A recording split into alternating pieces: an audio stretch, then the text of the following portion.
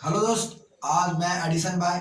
आज मैं आप लोग के लिए दूसरी टॉपिक लेकर आया हूँ और मैं बात करने वाला हूँ। मेरे दोस्त, बहुत सारे दोस्त हैं जो मेरे से सवाल करता है कि यार तुम इतना जिद्दी कैसे बन गए, तुम अपना सक्सेस को पाने के लिए इतना जिद कैसे कर रहे हो, तुम लगता है कि एक न एक दिन सक्सेस हो ही जाओगे, कैसे जिद्दी जिद्दी कैसे बन गया। यही सवाल मेरे से बहुत सारे दोस्त पूछता है। तो मैं इस पर मैं ये भी बता दूं कि कहीं से मैं मोटिवेट नहीं होता हूँ। मैं अपने ही जिस एरिया में मैं रहता हूँ उसी एरिया में मैं लोगों को देखता हूँ और देख देख के मैं उसी से सीखता हूँ, बहुत कुछ सीखा हूँ। मैं बता दूं कि मेरे दोस्त का भतीजा का एक दिन बर्थडे था और उसका अंकल जो थे वहाँ पे केक लेकर गए। जिस लड़का का बर्थडे था उस लड़का के बर्थडे के लिए केक लेकर गए थे। और जब वो लड़का अपने अंकल को देखा कि मेरा अंकल मेरे लिए केक लेकर आया है, तो वो लड़का अपने अंकल से एक ही बात पूछा। उसका मकसद था, उसका चाहत बना कि मैं इस केक को खा लूँ। और जैसे ही उसका मकसद बना और चाहत बना, बस उसने अपने अंकल से एक ही सवाल किया, क्या मैं ये केक खा लूँ? तो उसका अंकल बोला, नहीं बेटा, हम इसे थोड़ा देर बाद खाएंगे।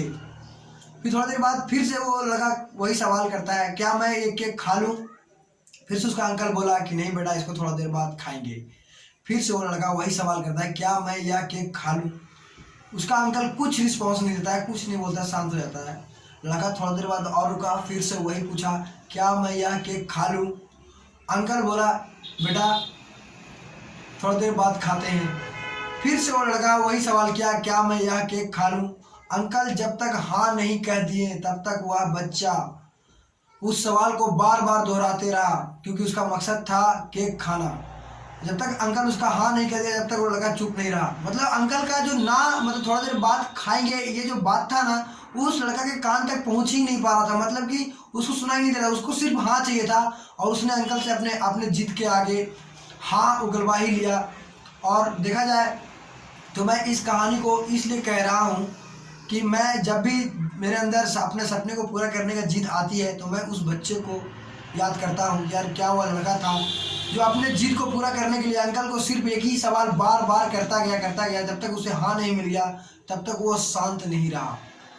मैं उसी बच्चे को याद करता हूँ और मैं अपने सपने को पूरा करने के लिए उस बच्चे के जैसा जिद्दी करता हूँ खुद से कि नहीं यार, मुझे यह चाहिए, मुझे जो करना है वही करना है, मुझे यह कैसे मिलेगा, मुझे यह कैसे मिलेगा, बार बार खुद से यही सवाल करता हूँ।